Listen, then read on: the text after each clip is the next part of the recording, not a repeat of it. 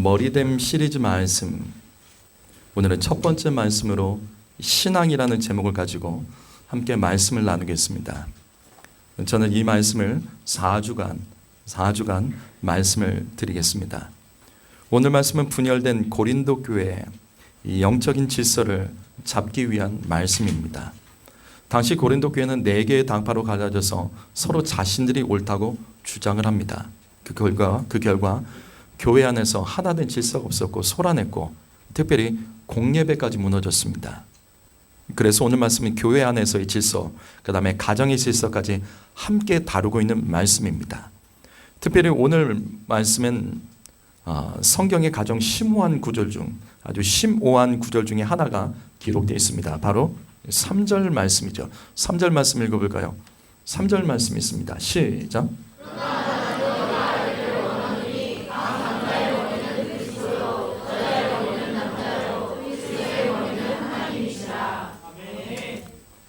성경은 우리가 반드시 이 사실을 알아야 된다라고 강조하면서 남자의 머리는 그리스도이고 여자의 머리는 남자이고 그리스도의 머리는 하나님이라고 말씀하십니다. 여러분, 이 말씀의 뜻이 무엇일까요?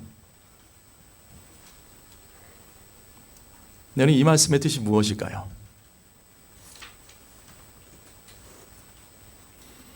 이 말씀을 한 번에 이해하는 것은 어렵습니다. 따로따로 떼어서 분리해서 해석해야 됩니다. 이 말씀을 이해하려면 먼저 순서를 나열해 보죠. 하나님, 그리스도, 남자, 여자.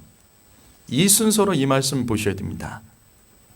하나님은 그리스도의 머리십니다. 그리고 그리스도는 남자의 머리입니다.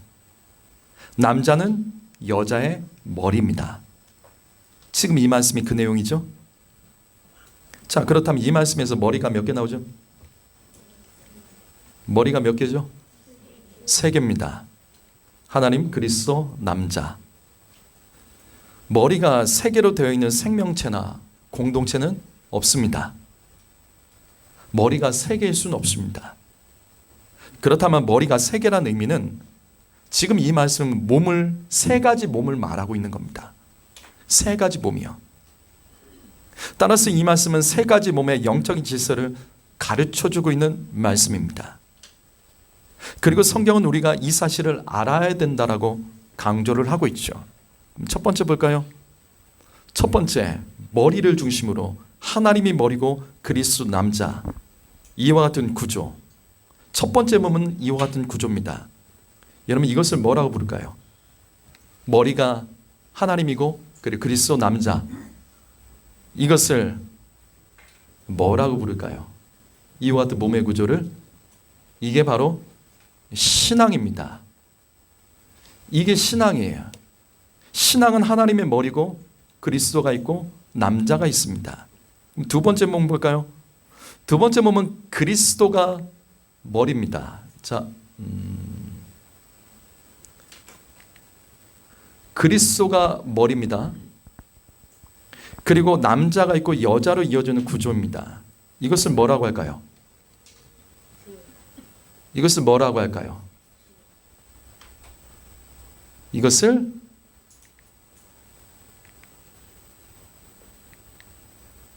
결혼이라고 하죠. 이게 결혼의 구조입니다. 그리스도가 머리고 남자와 여자가 있죠. 그럼 세 번째 몸 볼까요? 세 번째 몸은 남자, 여자, 그리고 그 사이에서 태어나는 자녀가 있습니다. 이 구조, 이 몸을 뭐라고 부르죠? 이거는 잘 알죠. 이거는 당연히 가정이죠. 가정입니다.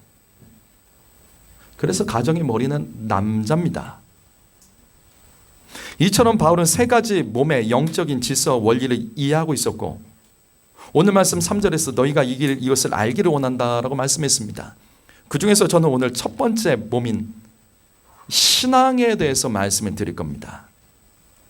이것을 통해서 우리는 참된 신앙이 무엇인지, 나는 어떻게 예수를 믿고 있는 것인지, 정말 나의 머리 대신 하나님을 내가 바르게 믿고 있는지 점검할 겁니다. 우리의 신앙생활의 머리는 하나님이십니다. 성도 여러분, 내 머리로 신앙생활 하시면 안 됩니다. 신앙생활은 내 마음, 내 사정, 내 형편에 따라 하시면 안 됩니다. 어떤 사람들은, 어떤 성도들은 그날의 컨디션에 따라서 신앙생활합니다. 컨디션에 따라서 찬양 소리가 다르고 기도 소리가 다르고 앉는 자리도 달라집니다. 이건 아니죠. 이건 아닙니다. 신앙생활의 머리는 하나님이십니다. 그렇기 때문에 여기서 맨 끝에 머리에 지도를 받아 움직이는 이 남자요, 이 남자를 이렇게 부릅니다. 반응자, 리플라이어라고 부릅니다. 순종하는 자입니다. 반응자는 머리로 전달받은 뜻대로 순종하며 살아가는 존재를 말합니다.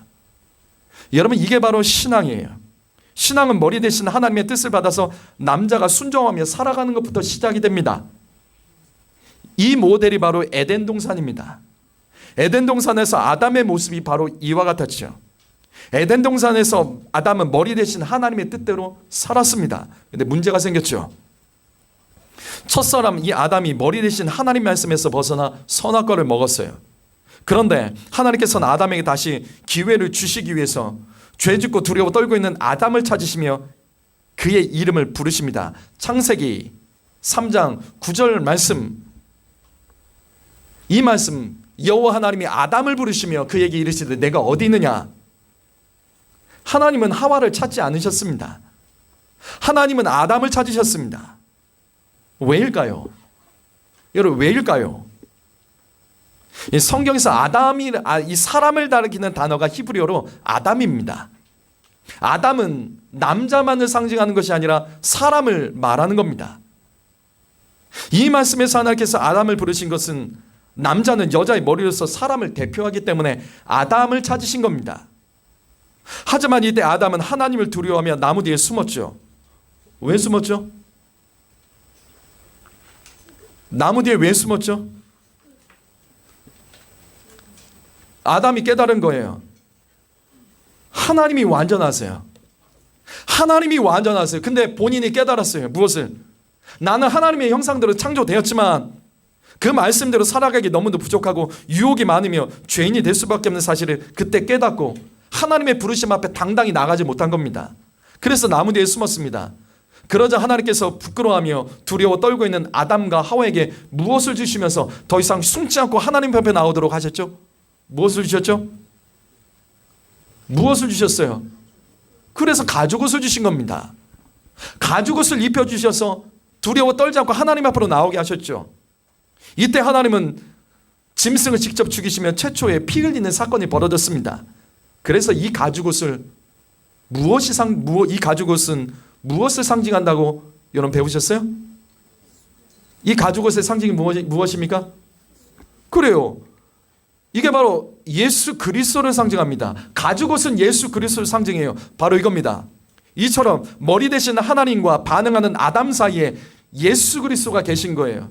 그래서 성경은 예수 그리스도를 가리켜서 뭐라고 부르죠? 뭐라고 불러요? 하나님과 사람 사이에 계신 예수님. 하나님께로 가기 위해서 예수님을 통과해야 됩니다. 그래서 예수님을 성경에서는 중보자라고 부르는 겁니다. 모든 몸의 구조는 똑같습니다. 머리, 중보자, 반응자로 되어 있습니다. 디모데전서 2장 5절 말씀, 하나님은 한 분이시오 또 하나님과 사람 사이의 중보자가 한 분이시니 곧 사람 대신 예수 그리스도라. 여러분, 하나님은 거룩하십니다. 그러나 우리는 아무리 애를 써도 거룩할 수 없습니다. 그래서 우리는 완전하고 거룩하신 하나님을 가까이 할 수가 없죠.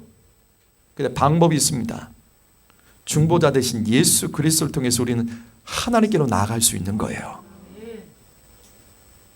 예수 믿는 자들은 하나님을 가까이 할 수 있습니다.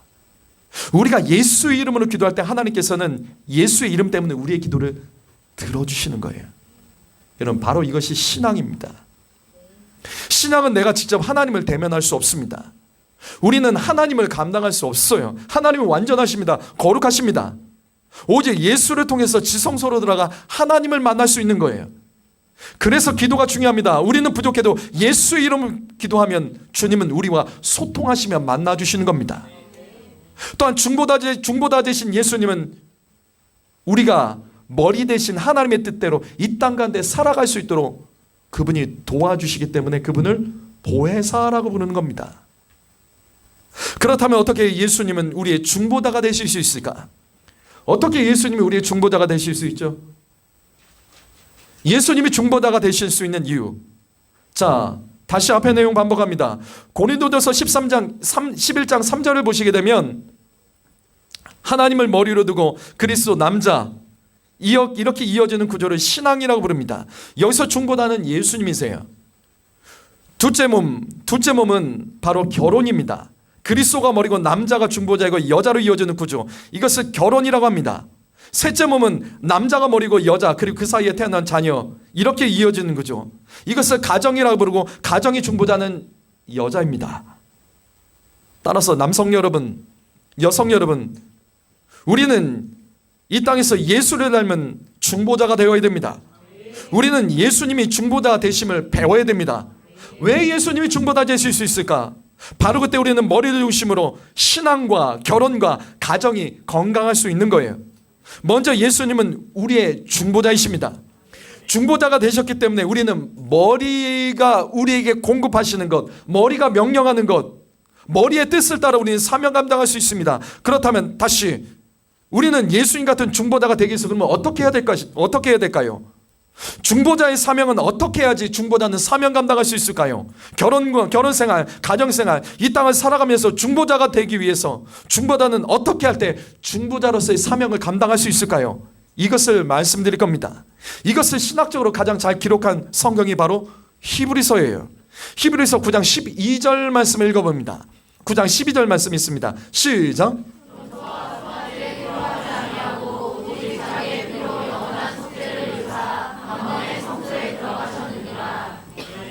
우리는 이 말씀 통해서 구약시대와 신약시대 머리 대신 하나님의 말씀대로 살지 못했던 아담들이 어떻게 성소에 계신 하나님을 만날 수 있는지, 이 말씀은 그 핵심을 기록하고 있죠. 어떻게 죄인이 거룩하신 하나님을 만날 수 있을까? 그 핵심은 바로 피 흘림입니다. 하나님께서 피를 보고 아담의 죄를 용서하시고 그를 만나주셨고, 그 피 때문에 우리는 하나님을 만날 수 있는 거예요. 바로 이겁니다. 중보의 핵심은 피 흘림입니다. 중보의 핵심은 피 흘림입니다. 구약시대는 짐승의 피 때문에 죄인된 아담들이 거룩한 성소에 계신 하나님을 만날 수 있었죠. 그런 하나님은 더 이상 짐승의 피를 어느 순간 받지 않으셨습니다. 왜? 이 짐승의 피는 일회용이에요. 그래서 주님은 영원한 효력 있는 완전한 피를 요구하셨습니다. 바로 예수 그리스도의 흠없고 거룩하신 피로 언제든지 거룩하신 하나님을 만날 수 있게 하셨습니다. 그래서 히브리서 9장 15절 말씀 읽어볼까요? 읽습니다. 시작.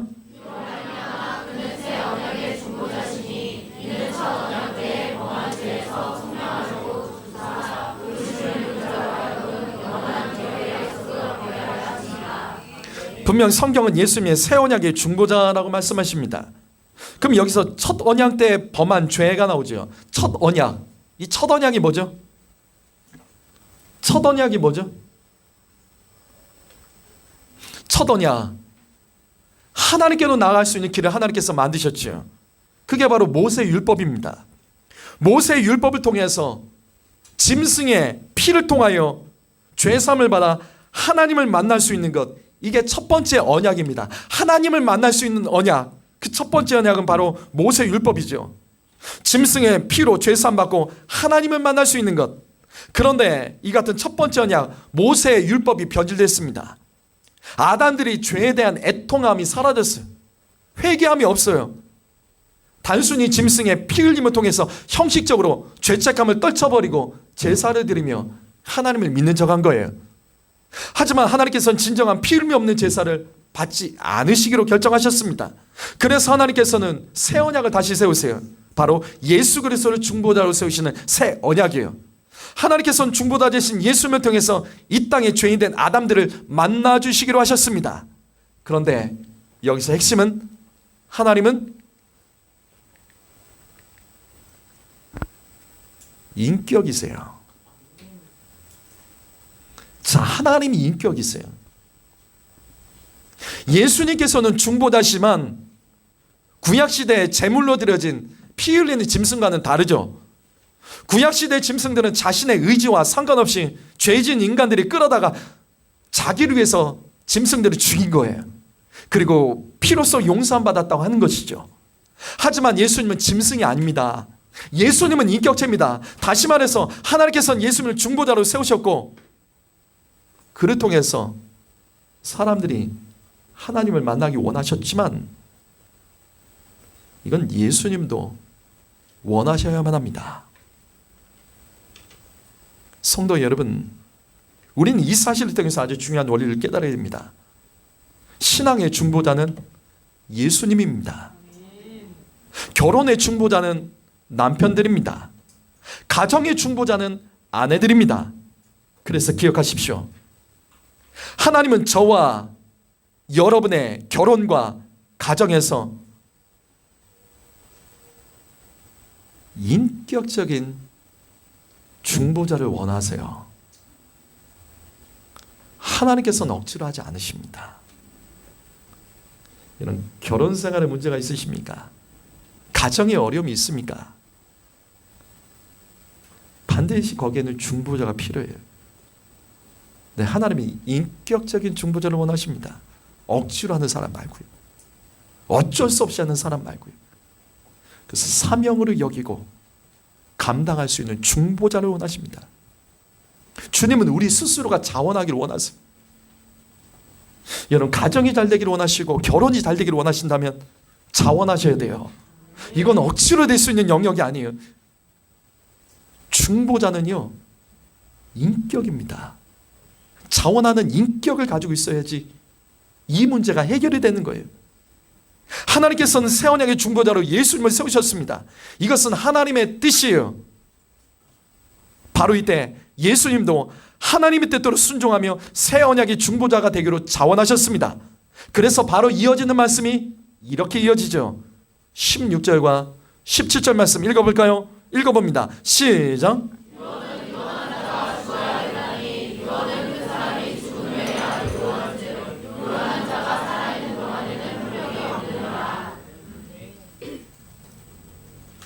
여러분, 예수님의 유언이 뭐죠?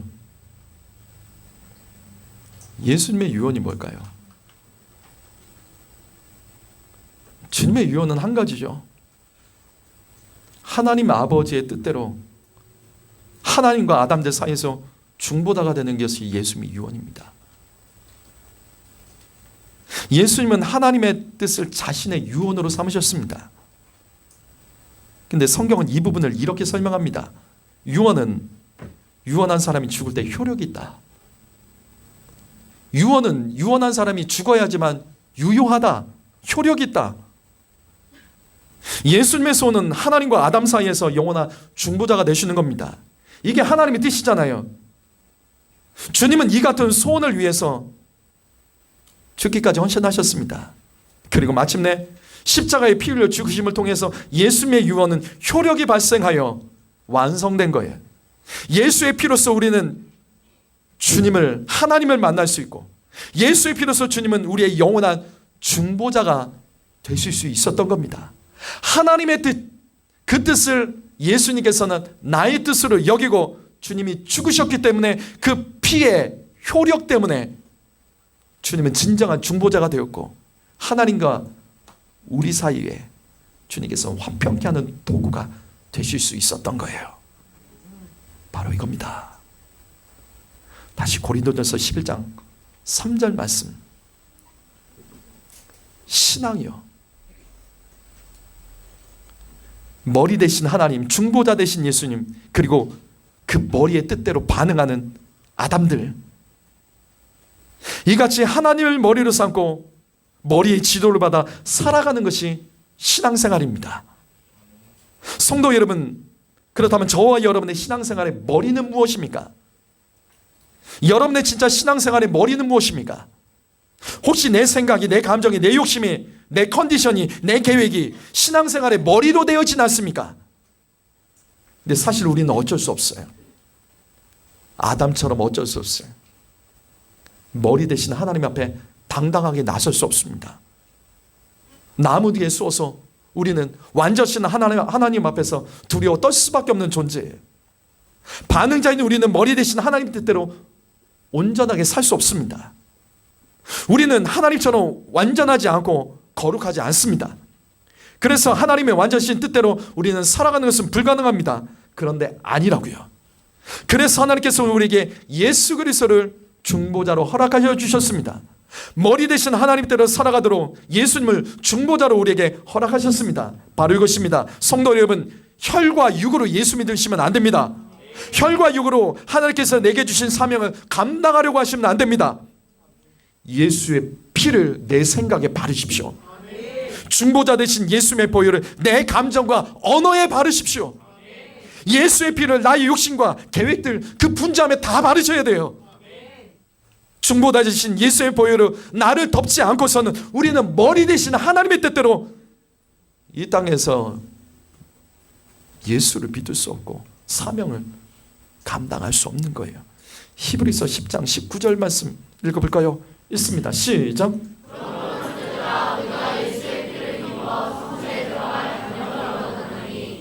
여러분, 이 말씀에서 무엇이 보이십니까? 여러분, 이 말씀에서 무엇이 깨달아지십니까?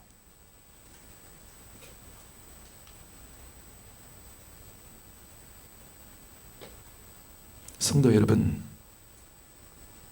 예수의 피는 우리를 담대하게 합니다.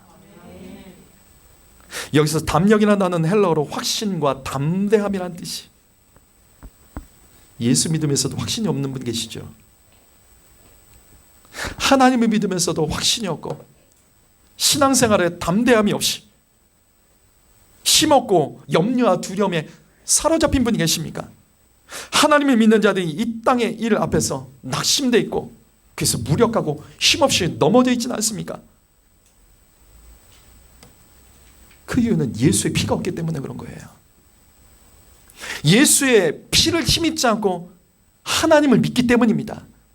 예수의 피를 나의 생각, 나의 감정, 나의 일, 나의 삶에 바르지 않고 하나님을 믿으려고 하니까 담대함이 없고 확신이 없는 거예요.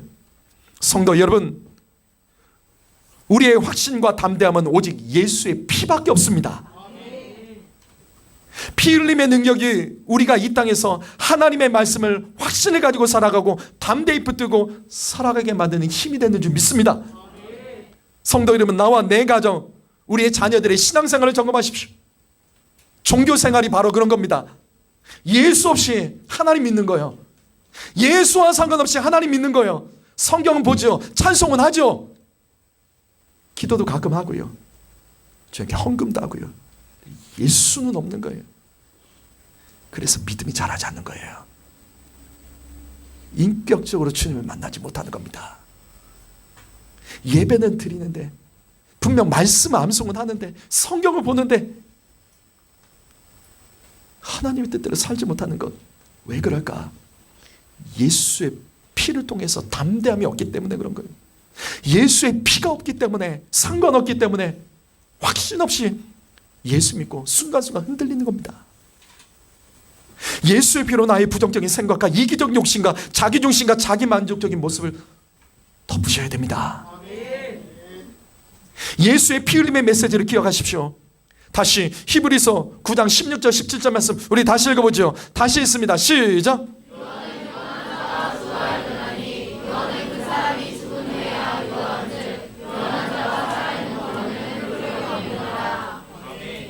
여러분, 이 땅에서 나의 유언은 무엇입니까? 여러분, 유언은 뭐예요? 가정에 대한 나의 유언이요, 자녀에 대한 나의 유언, 그 소원이요, 일터에 대한 나의 유언은 무엇입니까? 그 유언이 이루어지길 원한다면 중보자가 죽어야 됩니다. 중보자의 피 흘림이 필요합니다. 예수님의 피 흘림을 통해서 나는 예수의 피 앞에서 나는 죽고 있는지, 나 역시 그 피 흘리며 함께 죽고 있는지, 아니면 다른 사람의 피를 흘리게만 만드는지 우리 돌아보자고요.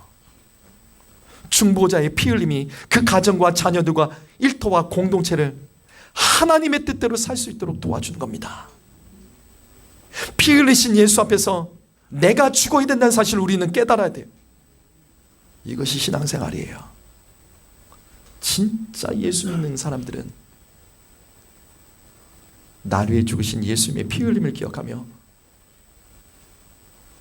나도 함께 피 흘려 주님을 위해서 살아가는 겁니다. 사랑하는 성도 여러분, 여러분 어떤 피를 흘리고 계십니까? 예수의 피를 의지하여 여러분 어떤 피를 동일하게 흘리시며 결혼과 가정, 그 삶 가운데 그것을 살리기 위해서 애를 쓰십니까? 다시요, 오늘 말씀 기억하십시오. 피 흘림이 있어야지 살아납니다. 피 흘려야지 건강해지는 겁니다. 유언이 있으시다면 내가 죽어야 됩니다. 내가 죽을 때 그 유언이 효력을 발생하는 겁니다. 이것이 신앙이에요. 이 신앙을 중심으로 결혼과 가정과 여러분의 삶이 그 원리대로 예수님의 피 흘림의 그 모델이 나의 모델이 되어 내가 피 흘릴 때 결혼과 가정이 온전한 사명 감당하며 이 땅 가운데 하나님께 쓰임받게 되는 줄 믿습니다. 기도하겠습니다.